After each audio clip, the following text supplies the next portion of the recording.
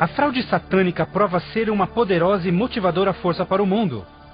Muitos dos líderes espirituais aceitam este grande impostor, bem como o falso sistema de adoração que ele propõe. Com a intensificação das calamidades, líderes religiosos creem que o tempo não mais pode ser desperdiçado em convencer o mundo a aderir às doutrinas desse Messias contraventor. Aqui está a paciência dos santos. Aqui estão aqueles que guardam os mandamentos de Deus e a fé de Jesus. Nem todos serão enganados. Poucos serão aqueles que entenderão que a Bíblia havia alertado sobre esse incrível enganador. E eles sabem que o objetivo deste falso Messias é desviar o povo dos mandamentos de Deus. Mas essa não é a primeira vez que Satanás se apresenta como anjo de luz. Quando Jesus foi tentado no deserto, Satanás apareceu a ele disfarçado como glorioso mensageiro de Deus. Mas o inimigo de Deus se revelou quando tentou a Jesus em desobedecer a palavra de Deus. Portanto, mais uma vez, usando a mesma tática, o mal tenta enganar o mundo a desobedecer a lei de Deus.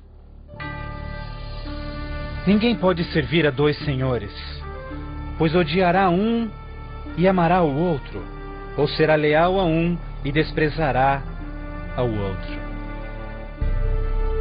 O mundo chegou a um momento decisivo em sua história. O falso Cristo e o conflito global estão dividindo o mundo em dois grupos distintos: aqueles que seguem a Bíblia e aqueles que seguem a besta.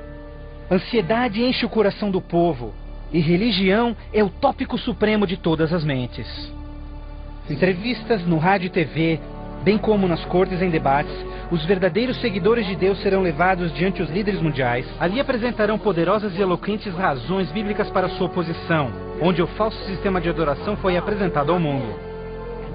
Os mandamentos de Deus e o que constitui a verdadeira adoração estarão ao centro de cada discussão. Movidos pelo poder do Santo Espírito, compelidos pelo argumento bíblico dos servos de Deus, milhares em todo o mundo converter-se-ão desde suas igrejas sem vida e se posicionarão junto aos impopulares, mas verdadeiros seguidores de Jesus. O que nos resta? Devemos obedecer a Deus ou ao homem, à tradição popular ou à Escritura, dividindo assim o mundo inteiro em dois grupos. De um lado, aqueles que receberam o selo de Deus, e do outro lado, aqueles que receberam o sinal da besta. Aquele que é injusto, siga sendo injusto. Aquele que é sujo, que siga sendo sujo.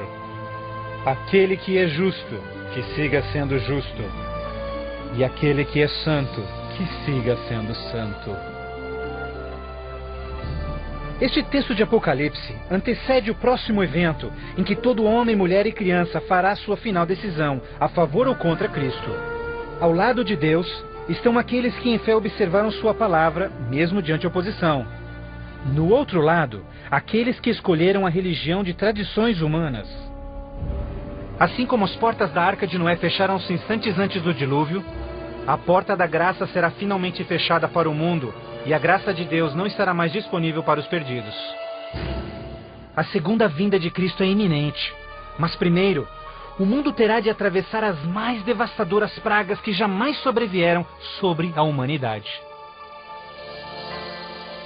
Ouvi então uma voz vinda do templo dizendo aos 7 anjos: vai e derrama sobre os povos as 7 taças da ira de Deus. O primeiro foi e derramou a sua taça sobre os povos, e se viu uma ferida feia e dolorosa nos homens que tinham o sinal da besta e que adoravam a sua imagem. A esperança começa a ser massacrada quando as 7 pragas do Apocalipse 16 começam a cair no mundo numa sucessão rápida de eventos. Estes serão os mais horríveis flagelos jamais vistos pelo homem. A primeira praga será extremamente dolorosa e provocará desmaios e agonizante sofrimento aos perdidos. Mais 6 devastadoras pragas rapidamente virão. O mar e os rios se tornarão em sangue. O sol terá tal força que provocará queimaduras com sua intensidade. De tal forma, praga após praga virão. O terror reinará, tornando o mundo inteiro prisioneiros do pânico. Durante este período, Alguns dos salvos encontrarão abrigo em locais isolados e remotos, onde serão protegidos e mantidos por anjos do Senhor. Outros, lançados em prisões, embora aparentemente abandonados pelo homem, não foram esquecidos por Deus. Os fiéis de Deus estarão protegidos das pragas, da mesma forma como os filhos de Israel foram preservados durante as pragas que caíram no Egito. Neste momento, os salvos passam por um momento de angústia em suas almas. O principal pensamento em suas mentes: estamos em paz com Deus? Finalmente, encontram paz em suas consciências, confiando nas promessas de Deus. Assim sendo, o dragão irou-se com a mulher, e foi ao seu encontro para guerrear com os demais filhos dela, aqueles que guardam os mandamentos de Deus e têm o testemunho de Jesus Cristo. Persuadidos pelo falso Cristo, os miseráveis perdidos têm como única esperança para alívio das devastadoras pragas a eliminação daqueles que se opõem a eles. Então a decisão é tomada para caçar e exterminar em apenas um dia o povo de Deus que teimosamente apegou-se às Escrituras. Assim sendo, o campo de batalha espiritual tem aqueles que seguem as tradições humanas e adoram a besta, contra aqueles que amam a Jesus e obedecem os seus mandamentos. Esta é a batalha final do Armagedon, o mundo perverso que chegou finalmente ao limite da paciência de Deus.